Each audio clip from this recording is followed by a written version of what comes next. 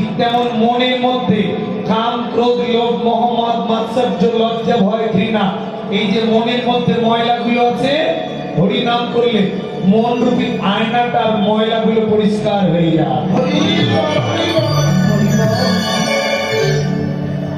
Equal এক নম্বর উপকার। দুই নম্বরটা কি গো? ভব মহাদাবাগ্নি নির্বাপন। ভব মানে পৃথিবী, দাবাগ্নি মানে আগুন, নির্বাপন মানে নিভে যাওয়া। বললে মহাপ্রভু বলছেন দুই নম্বর উপকার। গোপন দিয়ে শুনবেন মায়েরা, হরি নামে দুই নম্বর উপকারটা হচ্ছে ভব মানে পৃথিবী, দাবাগ্নি মানে আগুন, নির্বাপন মানে নিভে যাওয়া। বললে তোমার সংসারে যে দুঃখের আগুনগুলো জ্বলবে, হরি নাম করলে নির্বাপন। ভব মহা দাবাগ্নি নির্বাপন। তোমার ভবে মানে পৃথিবীর দাবাগ্নি আগুন, নির্বাপন পৃথিবীর দুঃখের আগুনগুলো হরি নামের দ্বারা নিভে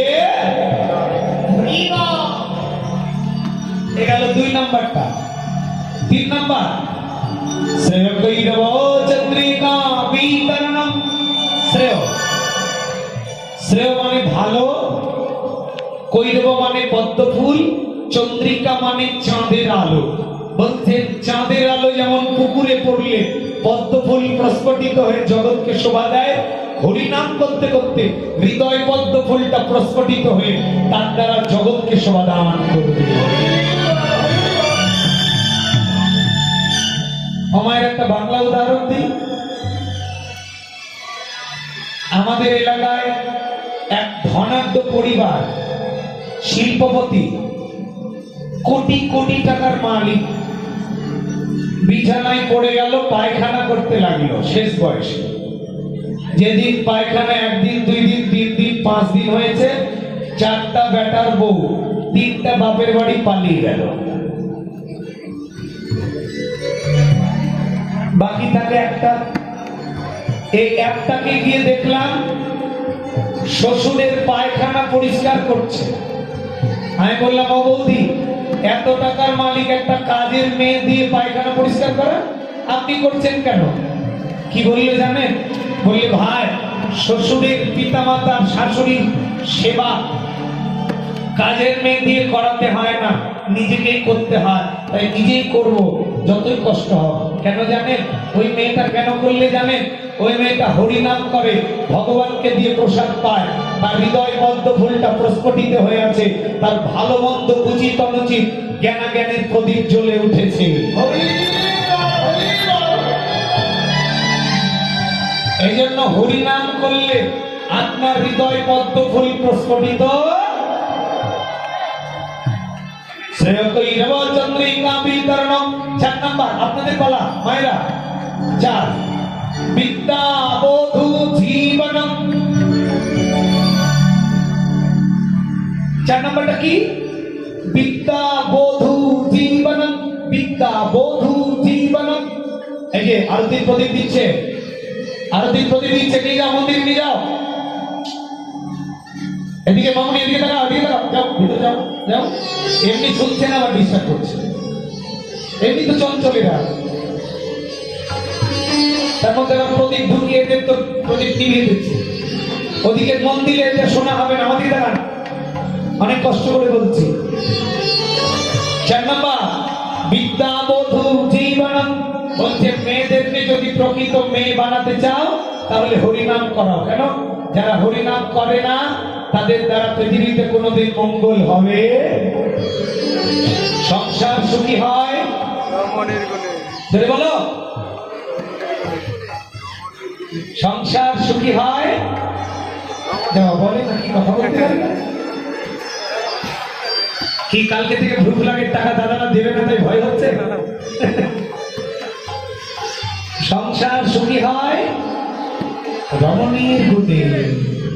তাহলে রমণী কারা? ও মায়েরা, রমণী কারা? আপনারা রমণী। শাস্ত্র কি বলছে শুনে যান।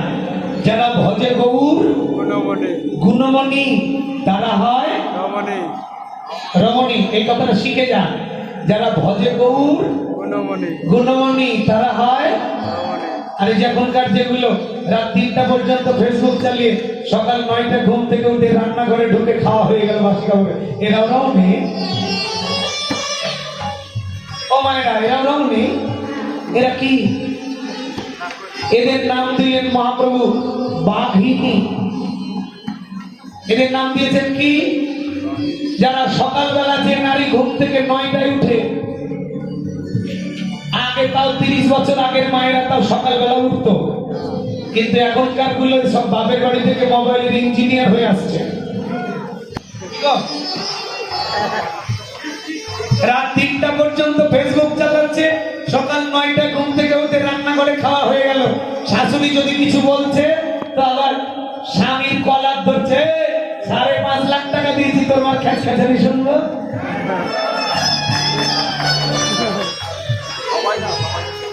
বিপদে পড়ে আছে শ্বশুর শাশুড়ি। এই সমস্ত নারী যদি সংসারে থাকে, যে নারী সকালবেলা ঘুম থেকে উঠে মঙ্গল আরতি, বৈষ্ণবের আরতি, তুলসীর আরতি, গুরুদেবের আরতি, গীতা পাঠ, তুলসী গাছে জল দেওয়া, ভগবানের চরণে ফুল দেওয়া, এগুলো না করে খেয়ে নেয়, ওই নারীর দ্বারা সংসারে কোনোদিন মঙ্গল হবে? সংসার সুখী হয়? সাধুরা কাঁদছে। ওমা দেখুন, সাধুরা কাঁদছে কি বলে? এবার যদি জন্ম দাও দয়াল, এই ভব সংসারে একজন টিকটকার মায়ের গর্ভে জন্ম দিয়ে মরে, নাকি? এটা বলছে না? কি বলছে? কৃষ্ণ ভক্ত মায়ের গর্ভে কথা বলেন। কি বলবেন? এবার যদি জন্ম দাও দয়াল, এই ভব সংসারে একজন টিকটকার মায়ের গর্ভে জন্ম দিও। এটা না ভুল হয়ে গেল? কি বললো? একজন কৃষ্ণ ভক্ত মায়ের গর্ভে।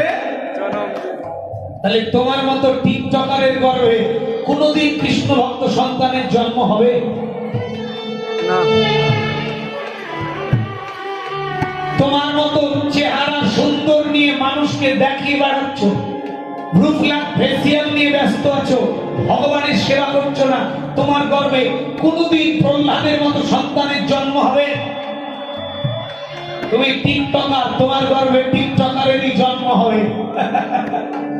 এই জন্য মারে, তুমি মা, তোমার অনেক দায়িত্ব। তোমরা আমাকে একটা শিক্ষিত মা দাও, আমি তোমাদের একটা শিক্ষিত জাতি উপহার দেব। এই জন্য সংসার যদি মঙ্গল করতে চান, পুরুষ আপনাকে বলছি, আগে ঘরের নারীকে ভালো করো। নারীর কথা সবগুলো শুনবে না। নারী যদি ভালো না হয়, তোমার সংসারে অমঙ্গল অবসম্ভাবী। যার মা ভালো তার ছা ভালো, যার মা ভালো তার ছা ভালো। ছা ভালো, ছা মানে ছেলে। মানে নারী কুলে জন্মেছ, তুমি পারো হাজার হাজার মা, হাজার হাজার কৃষ্ণ ভক্ত সন্তানের জন্ম দিয়ে পৃথিবীকে পবিত্র বানাতে। একটা গ্রামে একটা কৃষ্ণ ভক্ত ছেলের জন্ম হলে পৃথিবী পবিত্র হয়ে যায়, গ্রাম পবিত্র হয়ে যায়। ভগবানের চরণে কাঁদো, প্রভু নারী কুলে জন্মেছি, পরের জন্মে আর পাবো কিনা জানি না, একটা সন্তান দাও গর্ভে, যে সন্তান তোমাকে ভজনা করবে। মা, কোন কারণে একটা ছেলে মেয়ে যদি কৃষ্ণ ভক্ত হয়ে যায়, তোমার মাতৃত্ব জনম ধন্য, আর পৃথিবীর বুকে তোমাকে আসতে হবে না।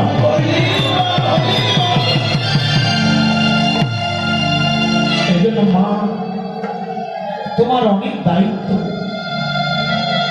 অনেক কর্তব্য। তুমি পারো পৃথিবীকে পবিত্র বানাতে, তুমি পারো পৃথিবীকে অপবিত্র বানাতে।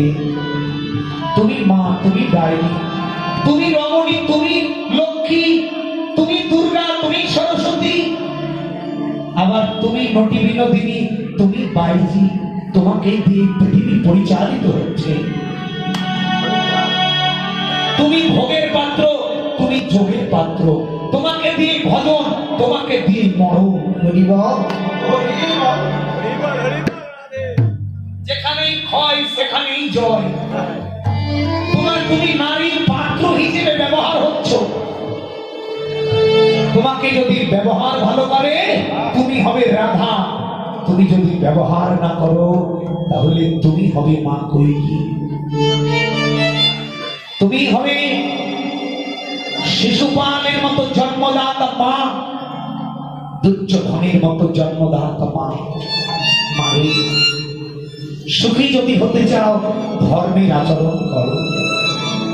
আমার এক বৌদি সকালবেলা, আমি একদিন বাড়িতে আছি, এদিকে না, আমি একদিন